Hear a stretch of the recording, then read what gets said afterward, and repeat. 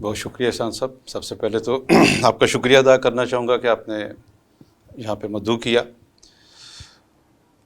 اس طرح ہے کہ میں چونکہ ایک انڈسٹری کے ساتھ تعلق رکھتا ہوں، صنعت کے ساتھ میرا تعلق ہے، آجر اور اجیر کا ایک تعلق رہتا ہے. میں اسے مختصر کرتے ہوئے، کیونکہ یہ تو بہت وسعت والی آپ کا سوال موضوع ہے، بہت وسعت والا ہے، ٹھیک، اور میں اس میں سے ایک چھوٹا سا حصہ صرف لیتا ہوں کہ ٹائم کی بھی بچت ہو جائے، اسی میں سب کچھ آ جائے گا. ٹھیک، کہ آجر اور اجیر کا جو تعلق ہے وہ ایک ایسا تعلق ہے، اور اسے رمضان مبارک میں کس طرح نبھانا چاہیے. جی دیکھیے، آجر اور اجیر دونوں ہی ملکی جو ترقی میں ایک اہم کردار ادا کرتے ہیں. آجر نہ ہو تو اجیر بیکار ہے، اجیر نہ ہو تو آجر بیکار ہے. ٹھیک ہے، دونوں ہی جو ہیں محنت کرتے ہیں، پیسہ کماتے ہیں، اور ملک کی ترقی میں ایک اہم کردار ادا کرتے ہیں. اپنے خاندان کی ترقی میں ہر ایک چیز میں ان کا ایک حصہ ہے، ایک کردار ہے. بالکل ٹھیک. سمجھنا یہ چاہیے کہ آجر وہ شخص جو کسی کو معاوضہ دیتے ہوئے اپنے کام کے لیے اسے جو ہے اس کا وقت لیتا ہے، اسے ماہانہ دیتا ہے، روزانیہ دیتا ہے، ہفتہ وار دیتا ہے، یا کسی بھی طریقے جیسے بھی اسے پیمنٹ compensate کرتا ہے. ٹھیک. اور اجیر وہ شخص جو اس کمپنی یا کسی کے ساتھ جو ہے وہ بستہ ہوتا ہے. اب دونوں کے حقوق ہیں. رمضان المبارک کے اعتبار سے یہ حقوق اور بڑھ جاتے ہیں. اگر ہم کہتے ہیں کہ ایک نفل کا ثواب جو ہے وہ فرض کے برابر آ گیا، اور فرض جو ہے وہ اس کا ثواب 70 گنا ہو گیا، تو اب دیکھیں اس کے اپوزٹ اگر دیکھیں تو اگر ہماری جو غلطی کوتاہی یا جو ہم گناہ کرتے ہیں تو پھر اس کا عذاب بھی تو اسی طرح بڑھنا چاہیے. جی جی، وہ بھی بالکل اسی اسی قدر بڑھتا ہوگا. تو یہاں پہ مطلب میں اتنا صرف فرض کرنا چاہوں گا اپنے دوستوں کو کہ جو ہم لوگ آجر ہیں یا اجیر ہیں، دونوں ایک دوسرے کے ساتھ لازم و ملزوم ہیں. دونوں کا ہی جو ہے ایک دوسرے کے ساتھ جو ہے گہرا رشتہ ہے. اس گہرے رشتے کو اس طرح نبھانا چاہیے جس طرح باپ اور بیٹے کا رشتہ ہوتا ہے. جس طرح باپ اپنے بیٹے کا خیال کرتا ہے اور بیٹا اپنے باپ کا خیال کرتا ہے، اس طرح اسے نبھانا چاہیے. یعنی اخلاص جو ہے وہ بنیادی چیز ہے. اخلاص ہو اور دیانتداری کا اصول ہو کا عنصر ہو تو پھر دونوں اطراف سے اپنا اپنا کام کرتے ہوئے کوئی دقت پیدا نہیں ہوتی. بالکل آپ یہ کہنا چاہ رہے ہیں؟ بالکل ایسے ہی ہے کہ رسول اللہ صلی اللہ علیہ وسلم نے فرمایا نا، القاسب و حبیب اللہ، جو کسب کرنے والا ہے، جو محنتی ہے، جو مزدور ہے، وہ اللہ کا دوست ہے.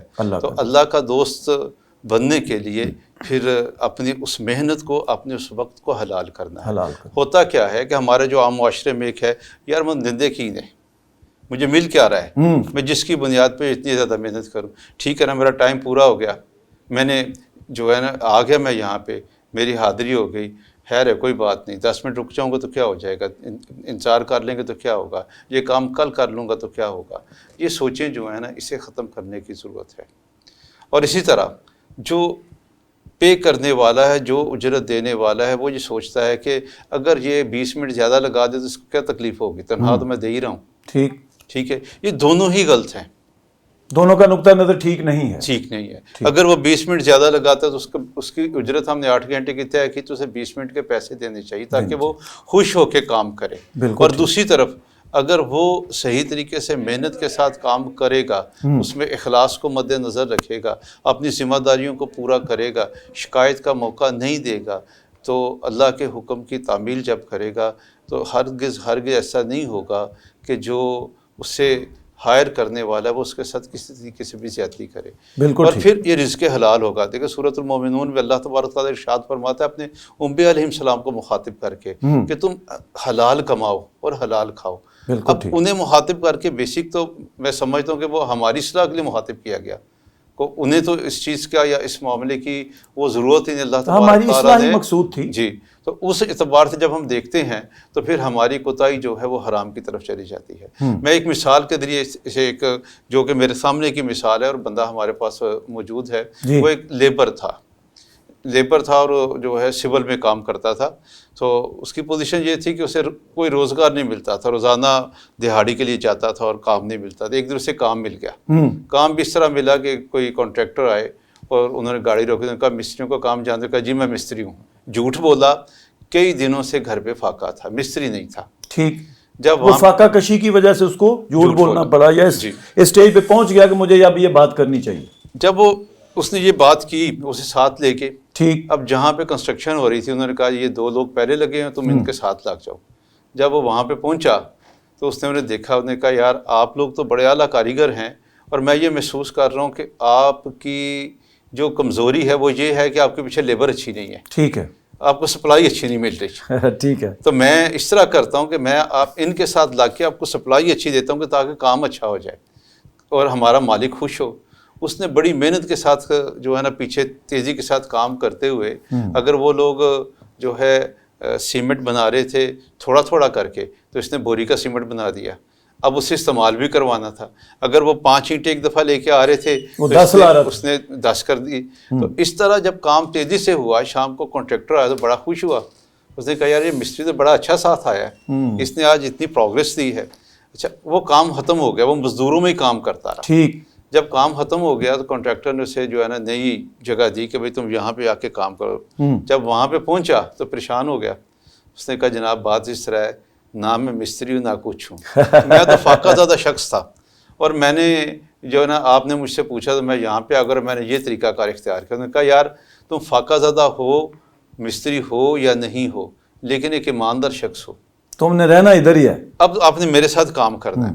اب وہ جو نئی سائٹ تھی اس میں بھی پوزیشن یہ تھی کہ اس میں بھی کام لوگ چھوڑ کے چلے گئے ہوئے تھے اور ہر چیز میں بگاڑ تھا.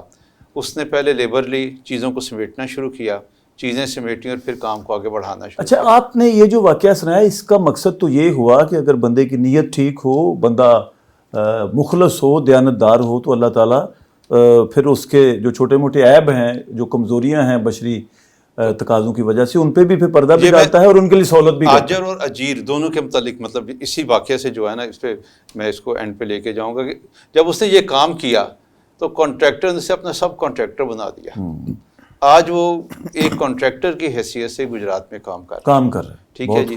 اگر وہ ایمانداری سے کام نہ کرتے, مطلب یہ کہ اگر ہم ایمانداری سے کام کریں تو جو آجر ہے اسے تکلیف نہیں ہے, وہ اجیر کو اس کا حق دیتا ہے. جب ہم ایمانداری سے کام نہ کریں تو پھر آجر کو بھی تکلیف ہوتی ہے. اور جو رمضان مبارک میں جب ہم رزق حلال کے لیے نکلے ہیں تو سچ ہماری عادت ہونا چاہیے, جھوٹ نہیں. رمضان میں بھی ہونی چاہیے اور آگے ویسے بھی ہونا چاہیے کہ جو بندہ جھوٹ بولتا ہے نا اس سے جو اس طرح بدبو آتی ہے کہ اس فرشتے جو ہیں اس سے 70 میل دور تک بھاگتے ہیں. بالکل صحیح فرمایا. اور اس طرح مطلب جب ہم اپنے کام میں جھوٹ بول رہے ہوتے ہیں تو برکت تو زائل کر دیتے ہیں, اور جب برکت ظاہر ہو جاتی ہے تو پھر ہمارے پاس کچھ بچتا نہیں ہے. بالکل ٹھیک, بالکل ٹھیک.